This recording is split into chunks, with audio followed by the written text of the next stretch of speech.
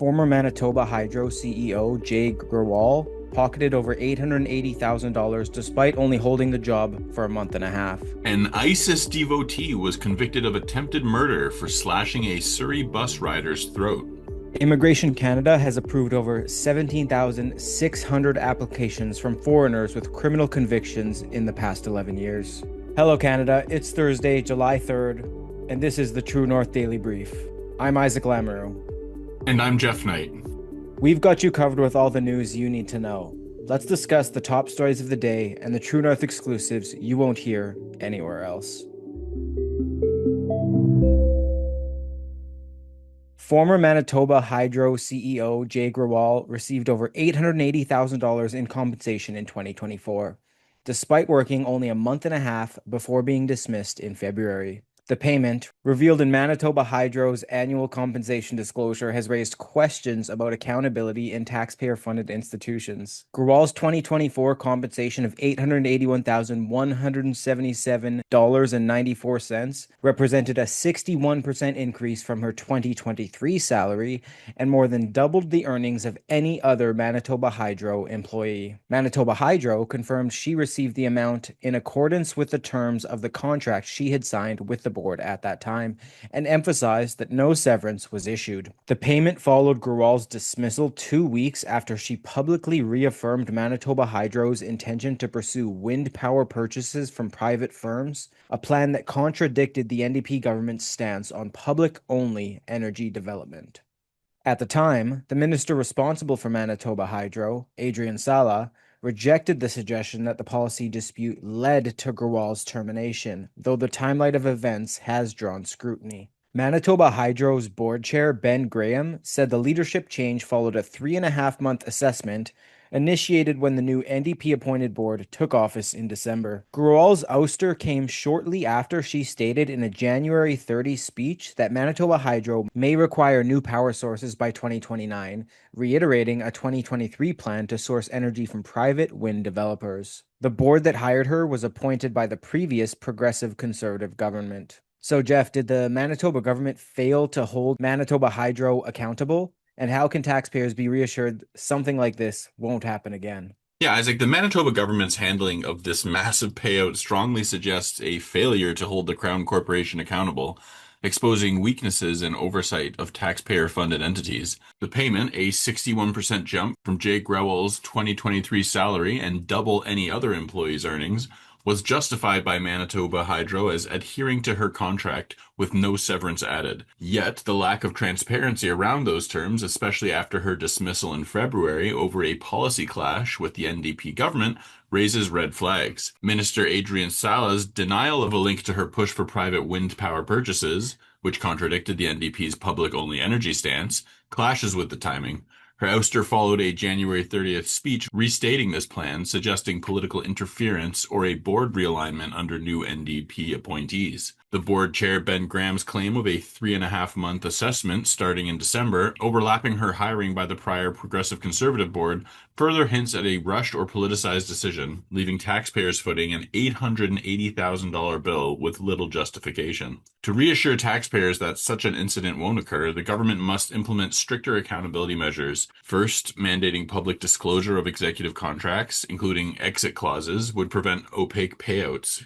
Current rules under the Public Sector Compensation Disclosure Act only requires salaries over $85,000 to be reported annually, not contract details. Secondly, establishing an independent oversight committee, separate from political appointees, could review CEO performance and terminations, ensuring decisions aren't swayed by policy disputes, as seen with Grewal's wind power stance. Third, capping severance or compensation adjustments during leadership transitions, say at 12-month salary, would limit financial exposure, a step that the NDP could propose in the next legislative session. These reforms, paired with regular audits of Hydro's board decisions, would signal a commitment to protecting public funds, addressing the 2025 CBC report's finding that 62% of Manitobans distrust Crown Corporation governance. A man who slashed a Surrey bus rider's throat on behalf of the terrorist organization ISIS was convicted of attempted murder for the benefit of a terrorist organization and now awaits sentencing in the new Westminster Supreme Court. Justice Miriam Gropper on Monday convicted Abdul Aziz Kouam of attempted murder for the benefit of a terrorist organization and assault with a weapon committed in association with a terrorist group. The case has been adjourned to July 10th for sentencing. The circumstances behind the charges and verdict are disturbing, appearing as a top-line item in a recent U.S. Department of State's Country Reports on Terrorism for Canada. The April 1st, 2023 attack that led to Kawam's conviction earlier this week left one man with life-threatening injuries after his throat was slashed aboard a Route 503 Coast Mountain bus at Fraser Highway and 148th Street. A second victim, also attacked at a nearby bus stop, sustained a similar injury. Both victims survived the harrowing attacks. During the Crown's closing arguments, the court heard that on April 1st, 2023, just after 9 a.m., Kawam first approached someone at a Surrey bus stop and asked if they were a Muslim. When the person replied no, Kawam stepped away to pray for roughly 2 minutes, then returned and slashed at the man's neck with a knife. Roughly 13 minutes later, Kawam boarded a Coast Mountain bus and, without provocation, attacked another rider, slashing at his neck multiple times. That victim managed to push Kawam off the bus and survived despite serious injuries. During closing arguments, federal Crown prosecutor Sharon Steele told the court there was no dispute about the facts of the attack, but that Justice Gropper had to determine whether Abdul Aziz Kawam acted for the benefit of, at the discretion of, or in association with the Islamic State. In the days before the attack, Steele told the judge Kawam had downloaded a document from the information sharing app Telegram, which explained, quote, "It is not permissible to kill Muslims until it is proven that they committed an eye deferment, the shedding of blood which links to the question posed to the first victim." She added that the attack technique, using a knife to slash at the victims' throats, was also consistent with the Islamic State's signature execution style. Even further, 10 days before the attack even occurred, Kawam made a call to 911 himself, telling the operator he, quote, "pledged allegiance to Abu al-Hussein al-Husseini al-Qurashi, the leader of the Islamic State at the time."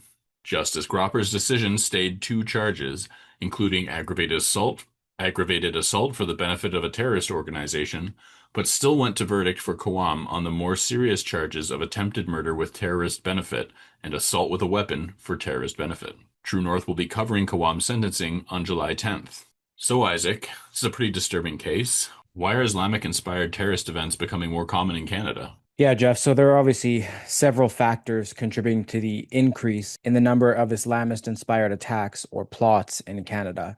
For example, there are still individuals in Canada raising money for jihadist groups, including Al-Qaeda affiliates. For example, one Toronto man previously pled guilty to terrorism charges after he used online fundraising platforms allegedly meant to aid victims in Gaza to funnel money to ISIS. We've also seen other literal terrorists released under Canada's catch and release policy. Yes, a Yemeni man previously trying to join a Middle Eastern terrorist organization was released on bail and put on house arrest. And Islamic-inspired terrorist events are far from the only terrorist events occurring in Canada.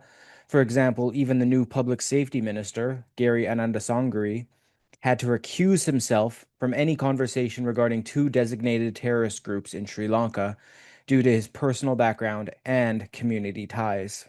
Also, over the last 11 years, Immigration, Refugees, and Citizenship Canada approved more than 17,600 applicants from foreigners with criminal convictions seeking to enter the country. So it really appears as if Canada is becoming a criminal safe haven. We recently saw some Israeli reports that senior Iranian officials were fleeing to Canada.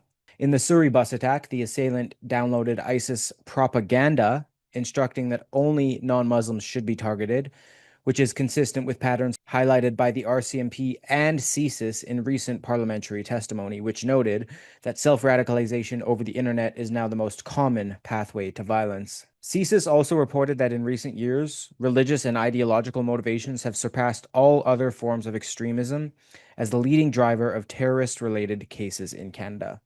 A lack of decisive enforcement and inconsistent de-radicalization strategies have left Canada vulnerable. The federal government often downplays the role of extremist ideology for fear of stigmatizing communities, which can deter early intervention. Canadian authorities sometimes avoid explicitly acknowledging the religious dimension of attacks, labeling them as ideologically motivated violent extremism without naming the specific ideology. The reluctance prevents the public from fully understanding the scale of the problem and limits targeted prevention efforts. During the last 11 years, Immigration, Refugees, and Citizenship Canada has approved more than 17,600 applications from foreigners with criminal convictions seeking to enter the country, raising public safety concerns and calls for transparency over the offenses that have been forgiven. According to figures provided by the Immigration Department, individuals convicted of crimes abroad were deemed rehabilitated and allowed to apply for entry into Canada between 2013 and 2024. This opens doors to visas, temporary permits, and permanent residency that would otherwise be barred due to inadmissibility based on foreign convictions. While the IRCC says decisions are based on a detailed review of the seriousness of each offense and the behavior of applicants since their conviction, critics are urging the federal government to release more information on the nature of the crimes being pardoned. Conservative immigration critic Michelle Rempel-Garner said, quote, "There have been questions about the adequacy of vetting many classes of people entering Canada. If the public is going to have any confidence in the immigration system's vetting process, there needs to be transparency about the types of convictions being forgiven." Under federal immigration law, individuals convicted of acts considered criminal offenses in Canada are typically inadmissible. In 2024, IRCC approved 1,390 rehabilitation applications while rejecting only 105. In 2023, it approved 1,505 and rejected 70. The department has not released a detailed breakdown of the offenses in questions. For serious crimes, decisions are made by the Federal Minister of Immigration. Spokesperson Nancy Karen said the department considers factors such as the number and seriousness of offenses, the applicant's conduct since the offense, and community support. But Geoff, why would the Canadian government want to admit foreign criminals into the country? The Canadian government's decision to admit over 17,000 foreigners with criminal convictions between 2013 and 2024 sparks significant public safety debates, and for obvious reasons. One reason the Canadian government might be doing this is Canada's commitment to rehabilitation and second chances, aligning with its multicultural identity and obligations under international human rights framework like the UN Convention relating to the status of refugees. The IRCC's process, which deemed these individuals rehabilitated based on factors like the seriousness of their offenses and post-conviction behavior, reflects a belief that past mistakes shouldn't permanently bar entry if risks are mitigated, especially for those fleeing persecution or seeking to rebuild their lives. Economically, the government may see potential in integrating these individuals, particularly if they possess skills or labor contributions that address Canada's workforce shortages. By 2025, Statistics Canada projects a need for 500,000 immigrants annually to sustain growth amid an aging population. For instance, approving rehabilitated offenders with trade skills could fill gaps in construction or manufacturing, sectors hit hard by the recent UF tariff disputes. Legally, the Immigration and Refugee Protection Act allows for exceptions via rehabilitation or ministerial discretion for serious crimes, providing flexibility to balance security with compassion, as spokesperson Nancy Karen noted, with considerations of community support. However, the lack of transparency on offense types, criticized by Michelle Rempel-Garner, fuels suspicion that this could be a pragmatic move to boost numbers or appease certain international allies, risking public trust when 62% of Canadians per a 2020 vetting. That's it for today, folks. Thanks for tuning in. You can stay on top of new episodes every weekday by subscribing to the Daily Brief on iTunes and Spotify. Also, while you're at it, make sure to hit us with a 5-star